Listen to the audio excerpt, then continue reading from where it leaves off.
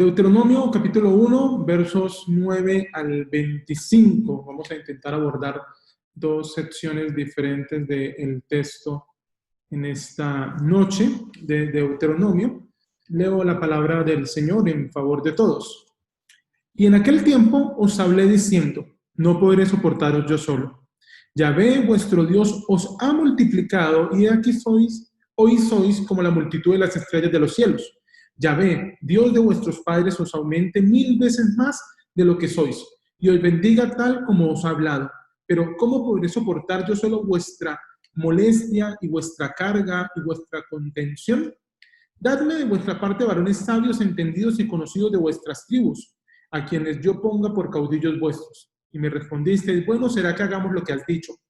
Tomé pues las cabezas de vuestras tribus, varones sabios y conocidos, y los puse por caudillos vuestros, por jefes de miles, jefes de centenas, jefes de cincuentenas y jefes de decenas, y por magistrados de vuestras tribus. Y a esos vuestros jueces en aquel tiempo mandé diciendo, escuchad a vuestros hermanos y juzgad con equidad entre cada uno y su hermano o su vecino extranjero. No hagáis acepción de personas en el juicio. Escucharéis tanto al pequeño como al grande. No os intimidéis delante de ningún hombre, porque el juicio pertenece a Dios. La causa que os sea demasiado difícil me la traeréis a mí, y yo la oiré. En aquel tiempo os prescribí todo lo que debíais hacer. Partimos pues de Oreb y recorrimos todo aquel vasto y terrible desierto que visteis, camino de la serranía del Amorreo, tal como Yahvé, nuestro Dios, nos lo había ordenado, y llegamos a Cades Barnea. Entonces os dije, habéis llegado a la serranía del Amorreo, la cual Yahvé, nuestro Dios, nos da. He aquí, Yahvé, tu Dios, ha entregado ante ti esta tierra. Sube y toma posesión tal como Yahvé, el Dios de tus padres, te ha hablado. No temas ni te acobardes. Pero todos vosotros os acercasteis a mí y dijisteis, enviemos varones delante de nosotros para que exploren la tierra, y nos informen acerca del camino por donde hemos de subir y de las ciudades en que hemos de entrar. Y me pareció acertado el consejo, por lo cual tomé 12 varones de entre vosotros, un varón por cada tribu, los cuales partieron y subiendo la montaña llegaron hasta el arroyo de Escol, y exploraron el país, tomaron en sus manos del fruto de la tierra y nos lo trajeron. Nos informaron y dijeron, buena es la tierra que Yahvé, nuestro Dios, nos da. El texto de hoy, como mencioné, tiene dos partes diferentes. El establecimiento de los jueces y el nombramiento de los 12 espías, aunque sea la primera parte. Y me gustaría trabajarlo en conjunto para que pensemos en qué momentos nosotros debemos asumir responsabilidades y cuándo es momento de delegar la responsabilidad. En qué momento debemos seguir direccionamiento y en qué momento debemos direccionar. Y entonces en eso vamos a girar en este texto. En aquel tiempo, Moisés inicia esta parte recordando plenamente la salida de Egipto y cómo ellos llegaron a puertas de la tierra prometida ya para ingresar, ¿sí? Pero también recuerda algo que está escrito tanto en Éxodo 18 como en Números capítulo 11, es donde se describe esta situación. Y es, si ustedes recuerdan, el texto no hace mucho lo leímos, lo leyeron en la iglesia.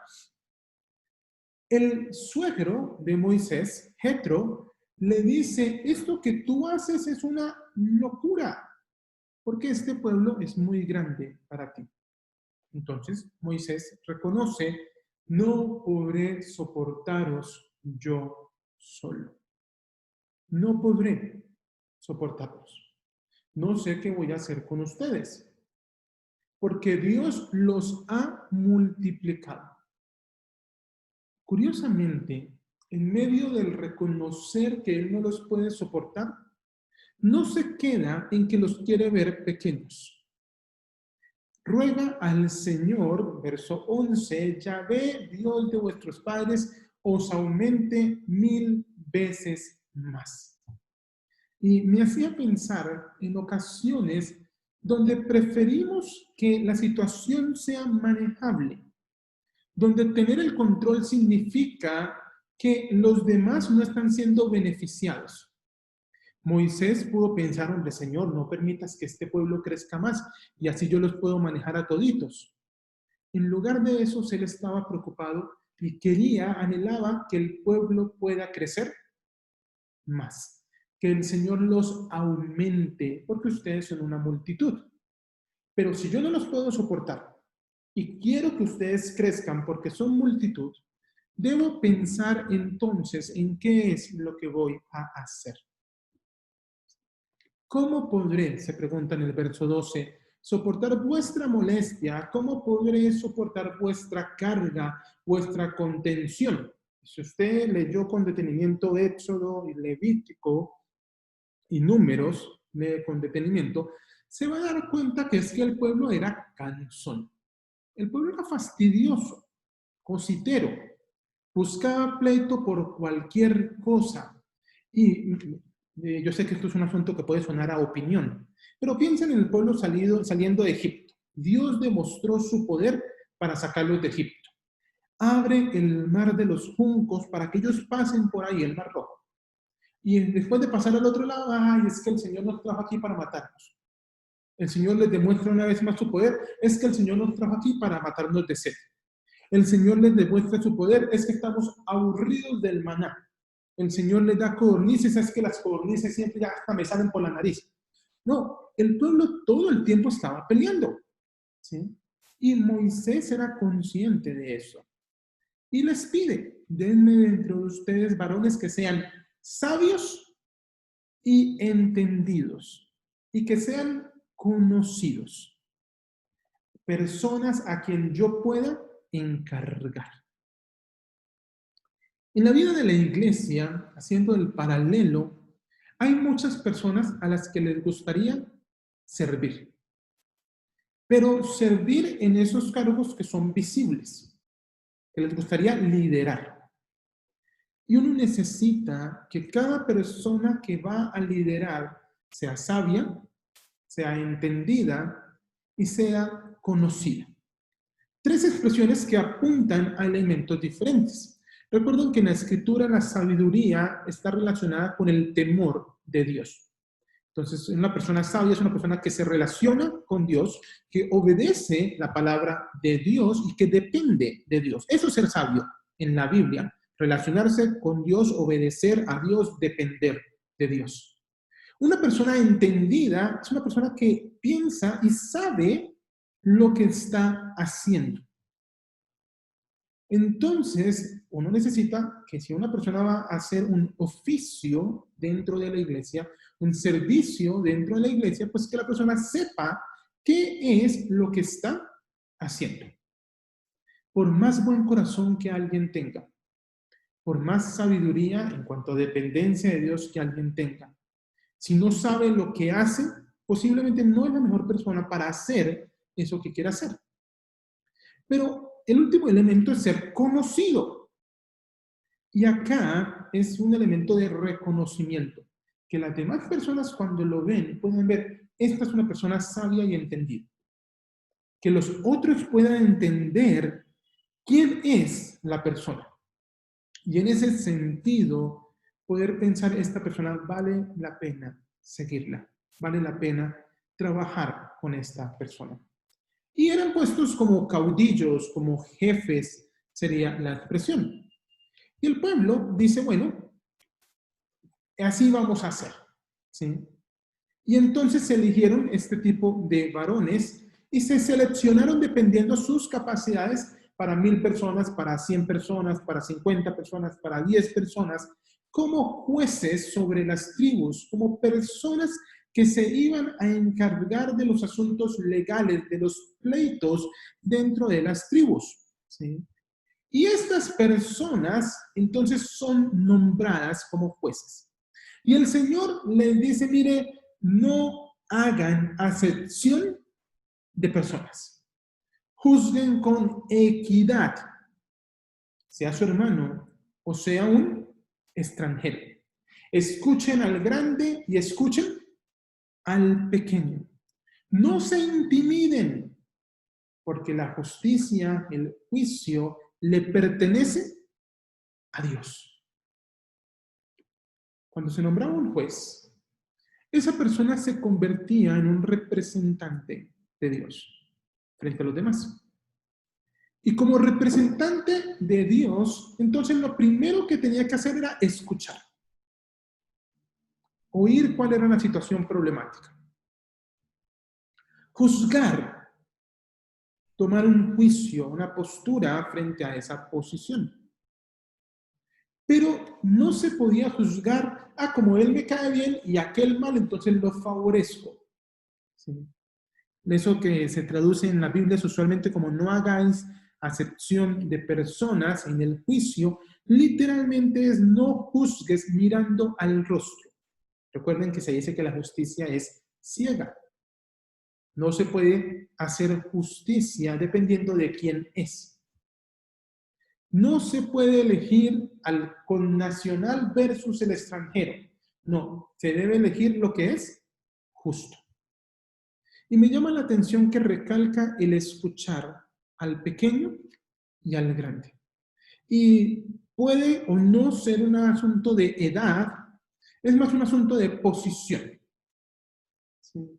No es que usted va a escuchar más al poderoso que al pobre, ¿no? No es que usted va a preferir al adulto sobre el niño porque tiene una mejor posición. Usted lo debe escuchar a ambos y no dejarse intimidar.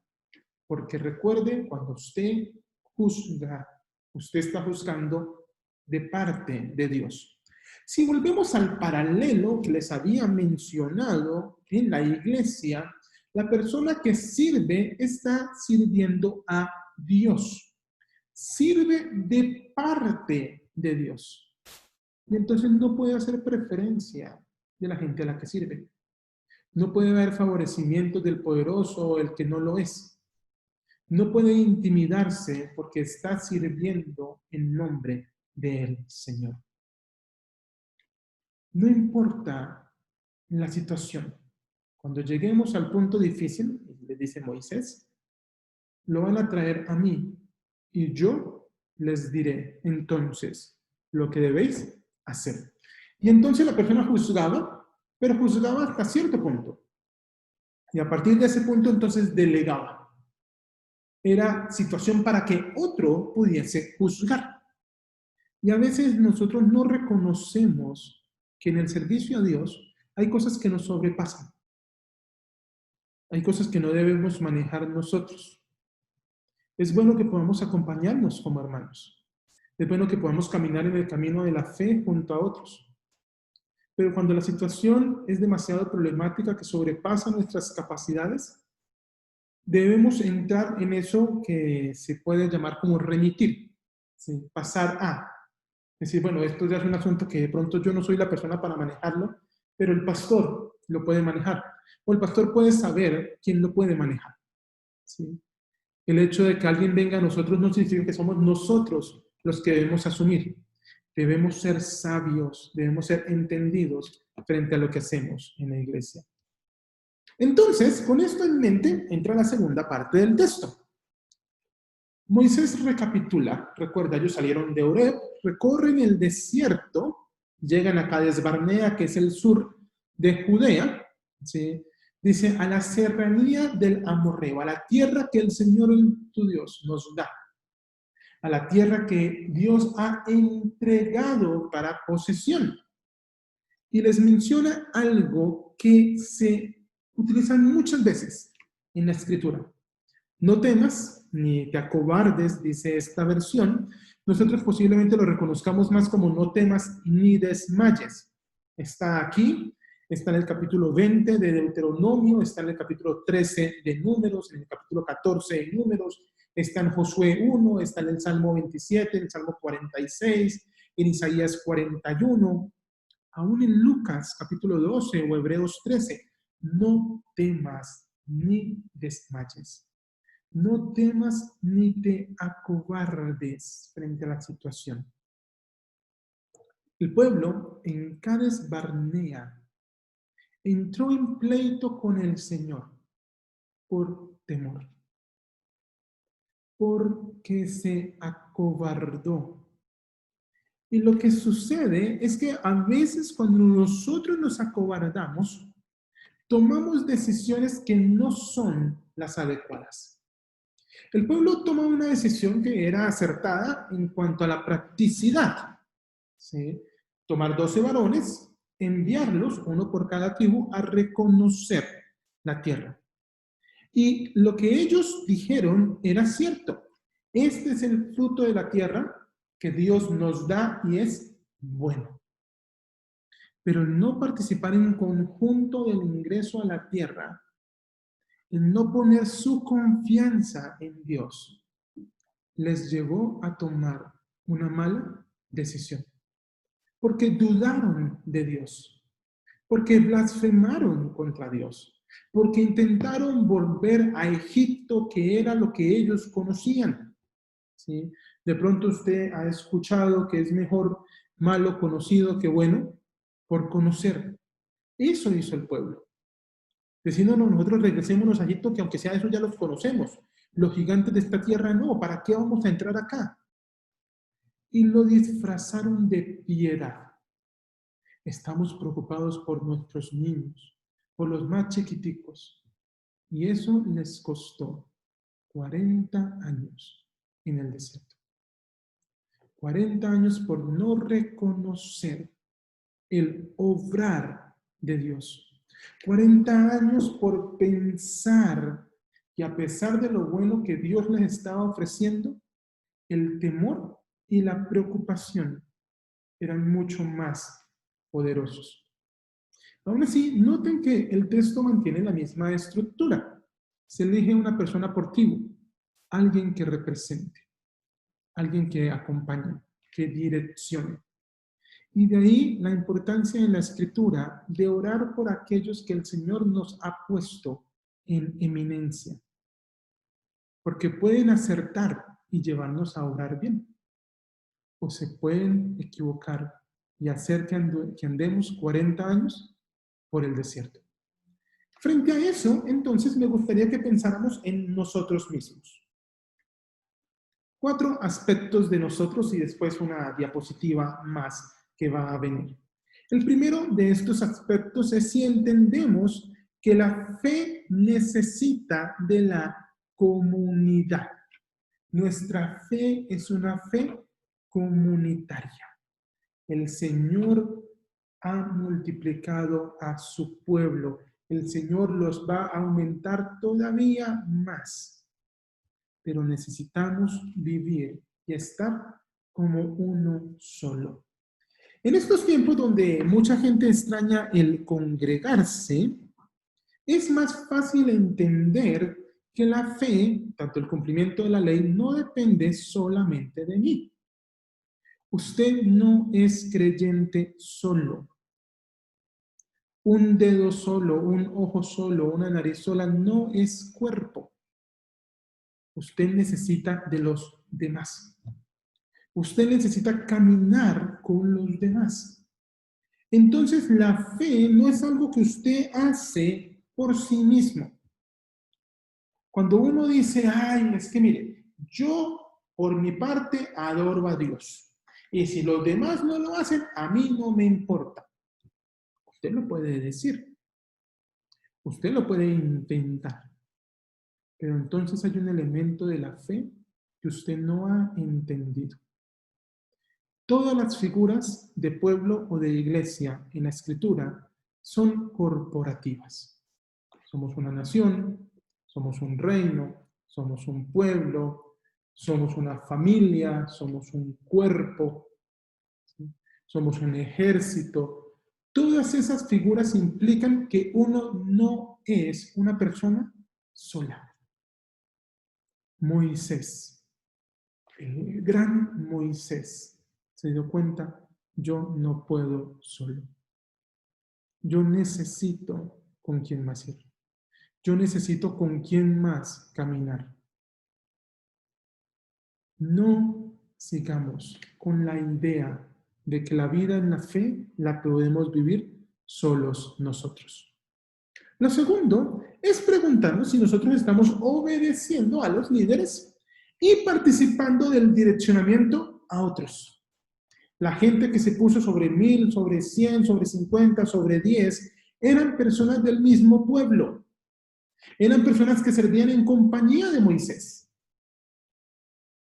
Cuando usted es una persona que ha sido puesta en autoridad sobre diáconos, sobre la alabanza, sobre los niños, sobre los adultos, sobre parejas, sobre quien sea, usted está en una doble responsabilidad.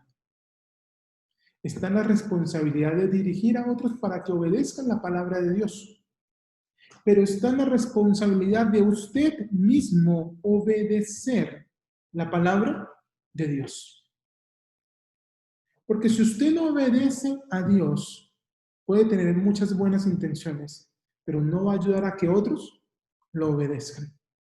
Si usted no se somete, va a ser muy difícil que oriente a otros para que se puedan someter. Usted no está solo, usted hace parte de una comunidad. Y en eso tenemos que preguntarnos si comprendemos que hay cosas en la vida de fe que podemos desarrollar y otras que debemos delegar. Hay cosas que podemos hacer. Hay cosas que debemos nosotros hacer. La preocupación por la piedad diaria, por la devoción diaria, eso es algo que usted solo debe hacer. El cumplimiento de la tarea ministerial que el Señor le ha encomendado, que la iglesia le ha encomendado, eso es algo que usted puede hacer. Pero hay cosas que usted debe delegar. Ser parte de una comunidad implica que cuando estamos en situaciones que nos sobrepasan, yo debo buscar ayuda y puedo encontrar ayuda. Moisés no quería quedar solo y no quería morir con esa carga y no debía. En eso, Jetro le dice, es que es una locura eso que estás intentando.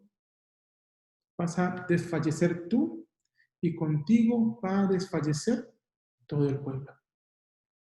No esperemos hasta desfallecer. Si en estos días de dificultad usted siente que su carga está siendo más pesada de lo que puede llevar, hermano, no está solo. Busque ayuda. Usted tiene una comunidad de fe que lo acompaña. Somos una familia que es mucho más grande que usted solo. Posiblemente muchos de nosotros no sepamos cómo ayudarle, pero confiamos en que Dios proveerá esa ayuda y muchas veces la provee a través de la misma comunidad. Entonces podamos confiar en eso. El último aspecto está relacionado con ese no temas ni desmayes. ¿Hemos puesto nuestra confianza en Dios? A mí me impresiona en Israel la sensación de ingratitud. Vieron las plagas en Egipto. Vieron cómo se abrió el Mar Rojo. Vieron el agua convertida en agua dulce. Vieron el maná. Vieron las codornices. Vieron muchas cosas del poder de Dios. Y aún así, dudaron de que Dios podía entrar en la tierra prometida. Y para tristeza mía, noto que muchas veces yo estoy en la misma situación. Yo puedo contarles las muchísimas veces que he visto la mano de Dios en mi vida, guardándome, proveyéndome, guiándome, abriéndome puertas, cerrándome otras. Y a veces, frente a momentos de incertidumbre, me pregunto si Dios podrá hacer algo. Y tengo que pedir perdón al Señor porque reconozco que eso es ingratitud. Es falta de fe, porque he visto el obrar de Dios. Debiese entonces pensar en que el Señor va a seguir haciéndolo. Ahora, adicional a eso, yo pensé en una diapositiva más. Y es, ¿qué significa este texto que acabamos de leer en Cristo? ¿Por qué? Desde la semana pasada les había mencionado, en el Antiguo Testamento debemos aprender a ver a Cristo y fortalecer nuestra fe en Él, en el Antiguo Testamento. ¿Sí? Y eso no significa en pensar aquí si esto es una forma en la que Cristo aparece, será esto otro, sino en qué podemos aprender de Cristo para nuestra vida a través del estudio. Y en este texto en particular quisiera compartir dos cosas.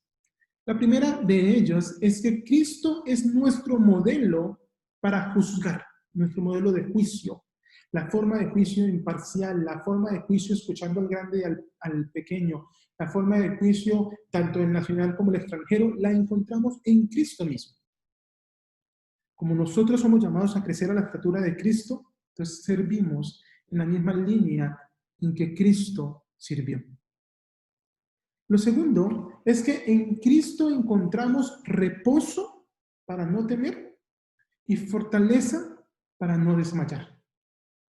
Cuando el Señor le dice a Josué, no temas ni desmayes, cuando el Señor le dice al pueblo, no temas ni desmayes, porque Él estaría con ellos. Esta noche el Señor nos dice a nosotros, no temas ni desmayes. Y nos preguntamos por qué. Porque recordamos, he aquí yo estaré con vosotros todos los días hasta el fin del mundo. En los días buenos y en los días malos. En los días en los que podíamos disfrutar plenamente de la calle y ahora que disfrutamos plenamente de la casa.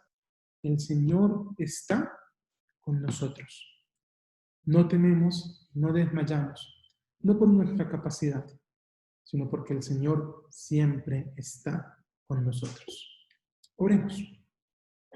Señor, yo te doy gracias, Padre, por tu palabra, por tu bendición, porque nos invitas a confiar, a crecer como comunidad, a delegar, a cumplir con responsabilidades, porque nos invitas a no temer, a no desmayar, porque caminamos contigo.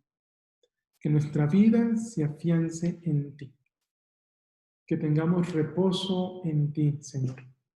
Sé tú nuestro modelo para juzgar. Bendito sea tu nombre en Cristo Jesús. Amén. Que el Señor les bendiga.